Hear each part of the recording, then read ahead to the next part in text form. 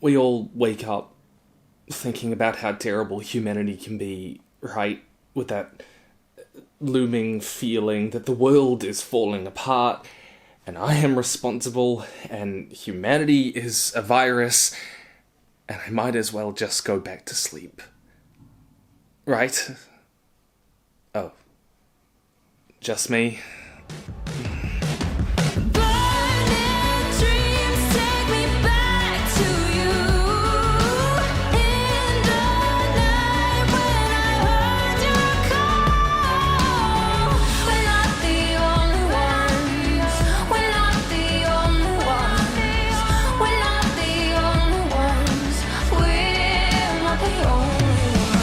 When I think about the world falling apart, I wonder how much of that is me, the things I do, or that I don't do, or that I should do, or that I don't even know I should do. The world is a labyrinth of figuring out how to care, and I'm not sure I know my way out. Looking at the world with any kind of honesty is kind of a cosmic horror of its own. It drives you mad just looking at all the terrible things that humanity has done, is doing, will do. Everything you've ever loved is going to die, the world is falling apart, and humanity will do more terrible things in a day than you could even possibly read about, let alone do anything about. And in some way, I'm a part of it. You're a part of it. We're all a part of it. Even in ways that we don't even really know. And I don't know how to comprehend that. Does anyone? Do you? Does anyone grow up and think that the world and humanity is exactly as good as we thought it would be? I wrote this line in a story of mine called Two Robots at the End of the World, where a robot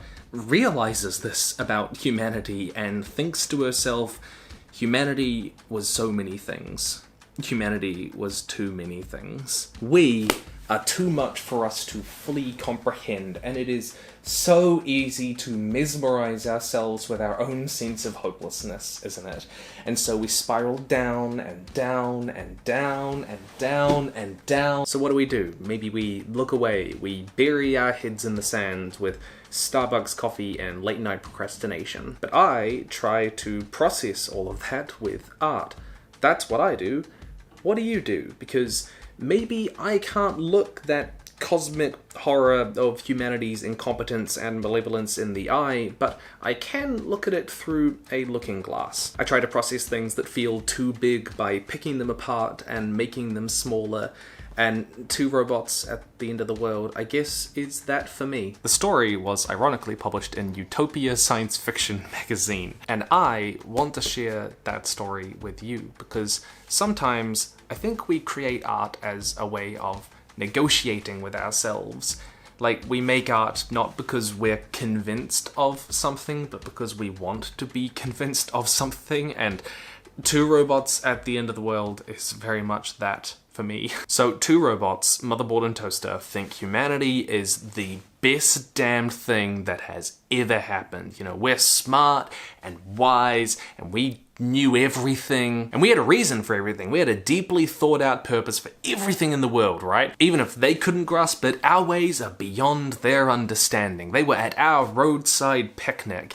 And of course the story is about them learning about how terrible humanity is. Toast has this dictionary which he uses, this is a French dictionary, but he has a dictionary which he uses like a sacred text. He thinks, quote, humanity had the foresight to know that putting every word they had into a single book would mean that book contained all truth that could ever be discovered because all meaning had to be found in it. And because Toaster and Motherboard are like children, they're like us who grow up thinking that the world is full of beauty and wonder and we'll figure it all out. Where everything mostly makes sense because the adults, they probably have it figured out because, you know, they're smart and wise and they know things we don't. And then, of course, that isn't true and suddenly you're an adult with a mortgage and anti-anxiety medication and the world is falling apart and it's all your fault for not acting soon enough. And I am wrapped up in this feeling, and you can look at it on an existential level where there are all these worldly issues that I can't solve, but it's also on a daily basis. I mean, to keep my house clean and work hard and go to exercise and eat well and not have my job fall apart and also pursue my dreams and maintain every relationship and keep everyone happy. And I'm also meant to fix the world with time and volunteering and money, because those matter more than anything in my life, right? I'm juggling life and responsibilities and dreams, and it feels like I am always dropping one of them. Humanity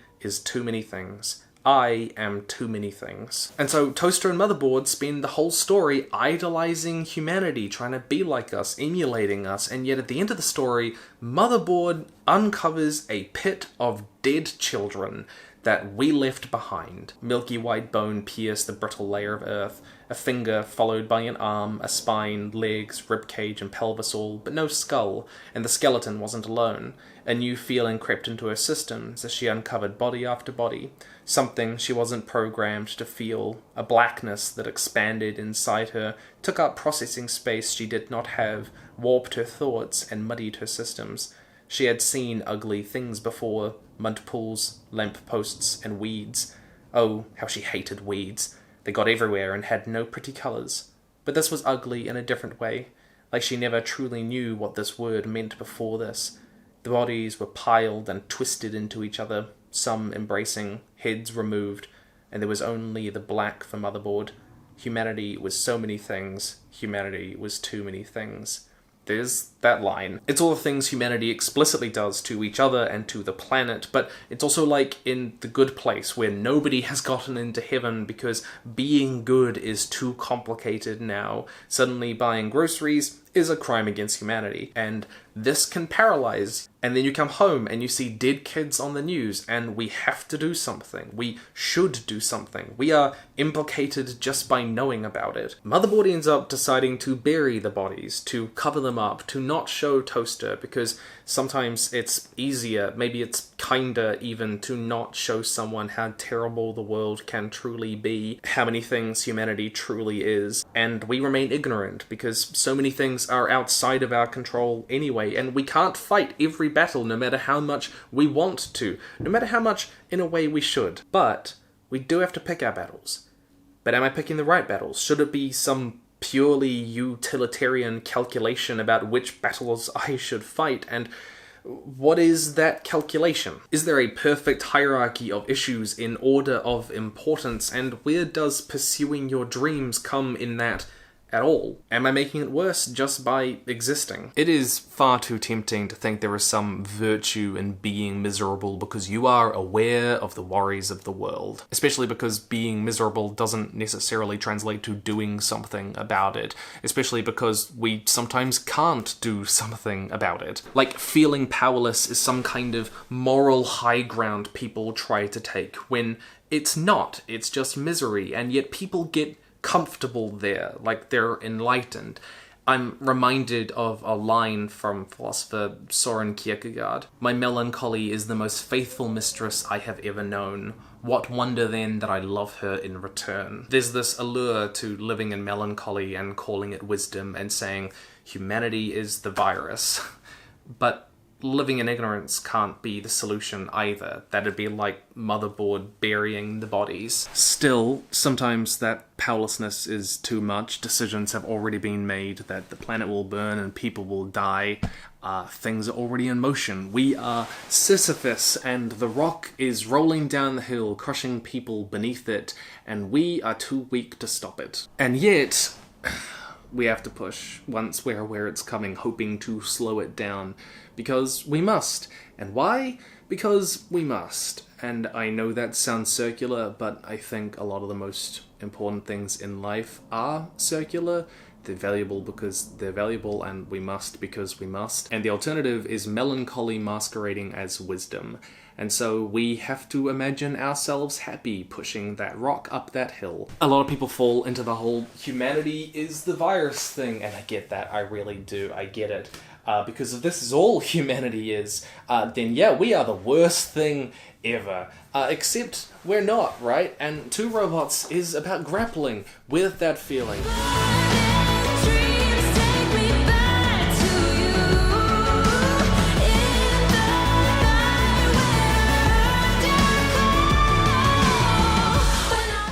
Because humanity is also wonderful and brilliant. It is a beautiful labyrinth to get lost in that is a joy to be lost in. Even though we laugh at Toaster when he opens up the dictionary to the word batrachian and thinks that because it means relating to toads or frogs, he should go down to the river and count all of the stones.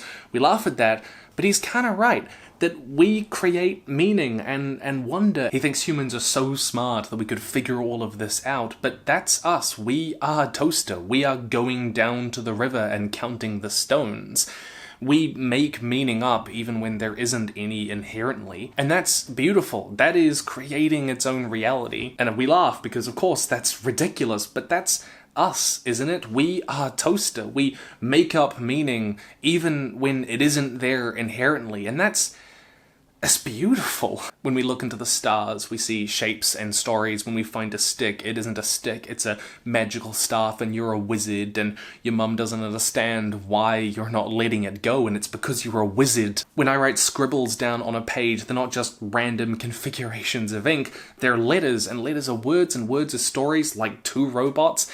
And those are meaning. Those are magic. And if I am part of all the terrible things, then I am part of all of the good and beautiful things too. And it's ridiculous because of course it is, but that doesn't mean it isn't real, and that means it isn't ridiculous. The idea that we are the universe looking at itself and going, wow, I am beautiful, I am intoxicating. We are implicated in that as well. I am Stardust, you are Stardust, and no, I don't think that's naive. Of course, the good doesn't cancel out the bad, it's not a tally score, it's not a scoreboard. They both exist, they're both real. And of course, you can't just make art when you see the terrible things humanity has done. You have to pick your battles, you have to get your hands dirty. When Martin Luther King Jr. said the arc of history bends toward justice, it doesn't just naturally grow that way. We've had to strangle it into place. I know it's easy to think this story about Toaster and Motherboard is about them thinking humanity is the best thing ever and then realizing, oh no, we aren't, we're actually terrible. We kill each other and the world, and then Motherboard dies because of us. At the end of the story, Toaster mistakes a gun for a trumpet, a brass musical instrument with a flared bell and a bright penetrating tone often used in celebrations. But the story isn't as pessimistic as that, because at some point we all get to that place where we realize humanity isn't all it's cracked up to be. And it's also much slower to change than you ever would have hoped, because kids change all the time. They grow and change their mind and learn, and you think that's just going to keep happening and humans are always going to be like that. But then you grow older and you realize that people they get stuck. They get stuck in themselves. They get stuck in that labyrinth, going around the same corners over and over and over, and they don't find their way out to new paths. But we are also beautiful and wonderful and creative, and not because we're necessarily special in an existential way, but because we're amazing in a perfectly ordinary way. Even if thinking we're pure evil and worthless feels deeper because it's harder to live with, it can feel like we're all part of this giant machine with 7 billion cogs, so live hard, die young, the Earth's gonna forget you anyway. But so much of life isn't just about strangling the world into a better place, but finding our own way. We need to do it. We all reach that point, and it's for us to decide where we go from there.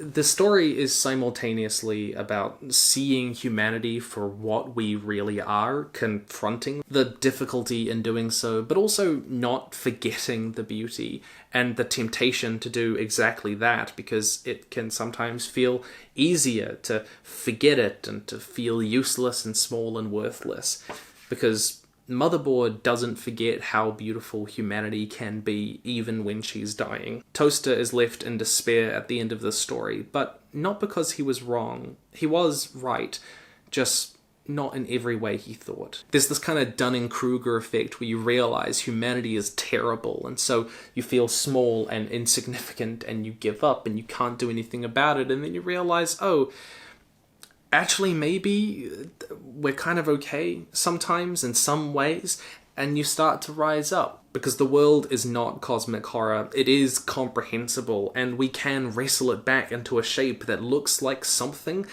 and almost nothing else in the universe can do that, because there is a whole labyrinth in our head. I use stories like this to try and organize my thoughts, to think through them, because if I don't, then I end up spiraling. I end up forgetting, and maybe you do as well. Two Robots at the End of the World is, though, just one of the many stories in this book. A Catalogue for the End of Humanity has a whole bunch about death and endings and the collapse of the universe, the one out there and the one inside my mind, and mental health.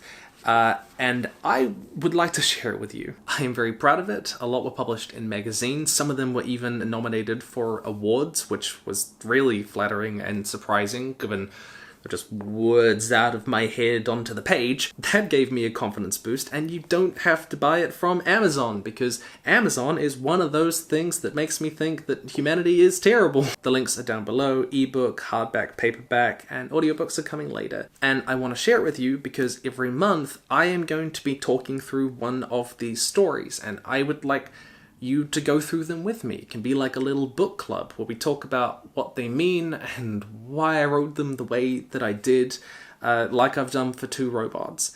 I would like you to join me. This is me offering my hand. It's a little journey through time and space and my mind, and being very public about some very personal things, all while figuring out if humanity is worthwhile or whether we're the virus. You know, I promise it will definitely be a use of your time, you know. But I love writing and reading, and in the end, stories are like a box of chocolates. You're meant to share them with someone, right? If you want, you can also join the Discord, where there are channels to talk about the stories and to talk about what the stories are talking about, like if humanity is the virus or whether we are not, and how you deal with that and how you face up to it and how you make your art. The links are down below.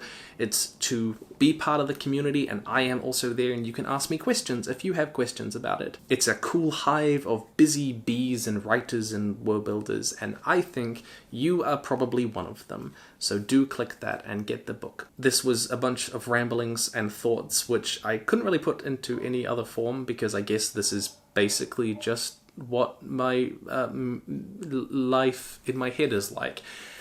And I've never quite written it down like this, but it's kind of nice. It's like being able to put all the words in whatever form that they come out. Anyways, stay nerdy, and I will see you in the future.